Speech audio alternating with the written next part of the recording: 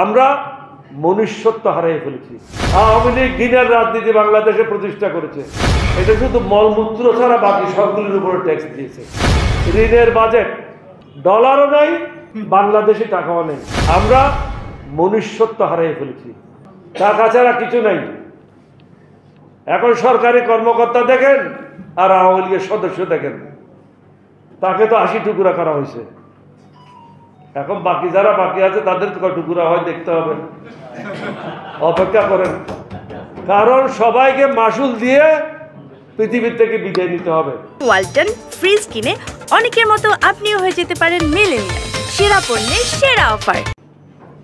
আওয়ামী লীগ ঘৃণার রাজনীতি বাংলাদেশে প্রতিষ্ঠা করেছে, বিনা ভোটে রাজনীতি প্রতিষ্ঠা করেছে, নিশিরাতের ভোটে সরকার প্রতিষ্ঠা করেছে, পাশের রুমের ভোটে 2024 সালে পাশের রুমের গোপন কক্ষের ভোটে প্রতিষ্ঠা করেছে।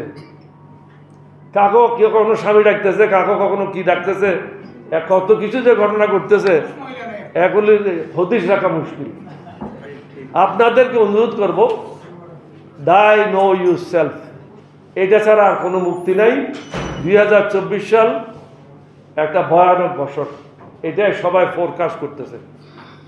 এখন আমাদেরকে দেখতে হবে বাংলাদেশে কি হয়।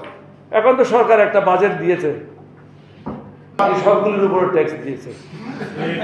এই দুইটা জিনিস অর্থমন্ত্রী বাদ রাখেছে। এটা কি ভুলে হয়েছে না কিভাবে হলো বুঝলাম না। মলমূত্র ছাড়া বাকি সবগুলির উপর ট্যাক্স।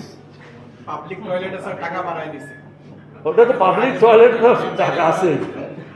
আমি তো বলছি ঘরে মলমূত্র যেটা ত্যাগ করেন ওটার উপরে ট্যাক্স নেই, বাকি সবগুলির উপর ট্যাক্স দিয়েছে। এবং যে বাজেট, ডেফিসিট বাজেট প্রায় 2,51,000 কোটি টাকা ডেফিসিট। এই বাজেট কিভাবে বাস্তবায়ন হবে?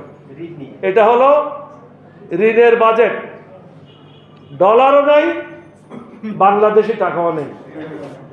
আপনাকে যে টাকা দেবে এখন পার একজনের পিছনে বোধ হয় 1,80,000 টাকা ঋণ প্রত্যেকের পিছনে।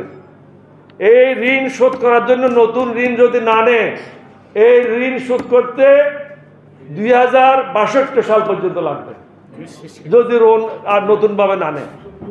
দেশকে কোন জায়গায় পৌঁছে দিয়েছে এটাই দেখেন। এটা দেশ নাই, এটাতে নৈতিকতা, নীতি, আল্লাহ, রসুল এখানে কিছুই নেই।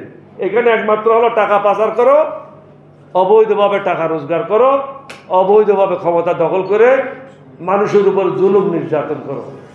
এটার থেকে বাঁচার পথ একটাই, আল্লাহর কাছে ফরিয়াদ করেন। জিয়াউর রহমান তখনই শান্তি পাবে বেহেশতে যখন জিয়াউর রহমানের অনুসারীরা সঠিক পথে চলতেছে। এইরকম বক্তব্য রেখে ওনার আত্মা শান্তি পাবে না। ওনার জন্য নামাজ পড়ে দোয়া করবেন, ওইটাই তার কাছে যাবে। আমরা ভালো কাজ করব, ন্যায়ের পথে থাকবো। ওনার যে আদর্শ, ওনার যে নীতি, সেটা আমাদের জীবনে আমরা অনুসরণ করে চলব। তাহলে ওনার আত্মা শান্তি পাবে, না হলে আত্মা শান্তি পাবে না।